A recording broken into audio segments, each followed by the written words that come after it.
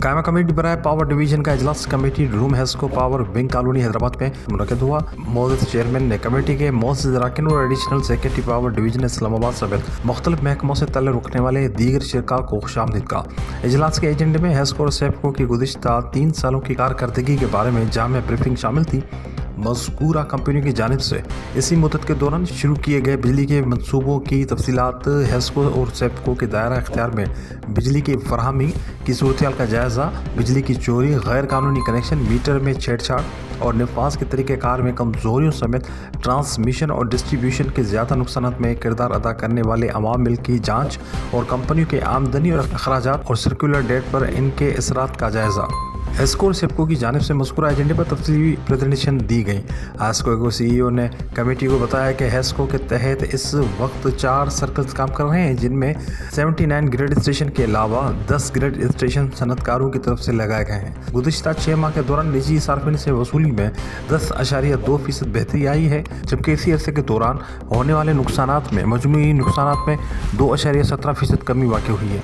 बिजली चोरी के मसाइल को डिस्को सपोर्ट यूनिट के ताउन से हल किया जा रहा है। इस हवाले से कारकर्दगी रिपोर्ट भी वजीर पावर डिवीजन को पेश कर दी गई है।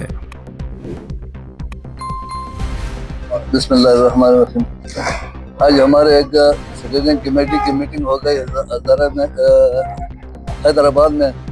तो मुझे आज बड़ी खुशी हो गई और इन मसाइल पर हम फोकस हो जाएंगे। इंशाल्लाह हम उम्मीद करते हैं कि हम सिंध की हुकूमत से भी ये तवक्को रखेंगे कि अगले रिकवरी हमारे लिए सही सलामत हो जाएगा और हमारे ये माहौल हमारे लिए बहुत अजीम हो गई है। इंशाल्लाह मैं सब भाइयों का शुक्रगुजार हूँ कि हमारे टीम में जो आए हुए हैं उनके लिए भी हम खुशामदीद कहते हैं और इंशाल्लाह आइंदा भी हम इस पर नजर रखेंगे। ये अभी हम दोबारा भी इस पर डिस्कशन कर लेंगे, लेकिन इंशाल्लाह जल्दी रिजल्ट निकालेंगे इसके मुताबिक भी हम। सेफको के सिंध गवर्नमेंट के ऊपर निकलते हैं, तो हम यही कोशिश कर रहे हैं कि अगर ये सारी की सारी चीजें हम बहुत अच्छे अंदाज के अंदर मिस्टर चेयरमैन और हमारी पूरी स्टैंडिंग कमेटी आज लेके आने का मकसद भी यहाँ पे था। 26 तारीख को एक हेस्को और सेफको की सब कमेटी बनी थी, उसके अंदर ये सारी चीजें आज और ये सारी चीजें करने का